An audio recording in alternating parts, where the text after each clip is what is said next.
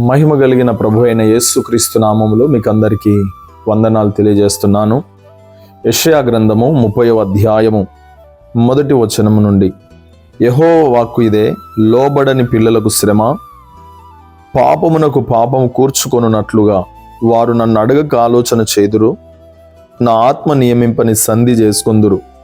వారు నా నోటి మాట విచారణ చేయక ఫరో బలము చేత తమ్మును తాము బలపరుచుకొనుటకు, ఐగుప్తును నీడను శరణు జొచ్చుటకు ఐగుప్తునకు ప్రయాణము చేయుదురు. ప్రియులరా, దేవుడు మాట్లాడుతున్నాడు, లోబడనొల్లని పిల్లలకు శ్రమ అని. ప్రియమైన దేవుని ప్రజలారా, దేవుని సంగమా, నువ్వు దేవుని నోటి మాటలకు అప్పగించుకుంటున్నావా? యోబు భక్తుడైతే అంటాడు, దేవుని మాటలకు నా స్వచిత్తమును కూడా వదిలిపెడుతున్నాను అంటాడు. గనుక నీవు ఒకసారి ఆలోచన చెయ్యి. దేవుని నోటి మాట కంటే నీ స్వ అభిప్రాయములు గొప్పవని తలంచుచున్నావా? ఆలోచన చెయ్యి. దేవుని యొద్ద విచారణ చేయకుండానే, దేవుణ్ణి అడగకుండానే, దేవునితో మాట్లాడకుండానే, దేవుడిచ్చు సలహాను పాటించకుండానే నీ స్వచిత్తముతో, నీ స్వజ్ఞానముతో, నీ స్వబుద్ధిని ఆధారం చేసుకొని నువ్వు ఎన్ని ప్రయత్నాలు చేసినా ఫెయిల్యూర్ అవుతావేమో, జాగ్రత్త. గనుక మొట్టమొదట దేవుని సన్నిధికి ప్రాధాన్యత ఇచ్చి ప్రభు సన్నిధికి వచ్చి ప్రార్థన చేసి, ప్రభువా నేను ఇది చేయటం మంచిదా అని అడిగి అటు తర్వాత చేయటం వలన నీ క్షేమం కలుగుతుంది.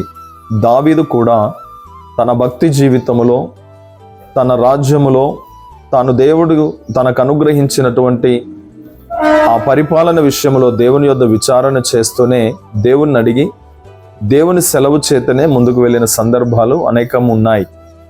దేవుని యొద్ద విచారణ చేయనప్పుడెల్లా దేవుని హస్తము దావీదుకు తోడుగా ఉండి ఆయనను బలపరుస్తూ శత్రువుల మీద విజయమును అనుగ్రహించింది.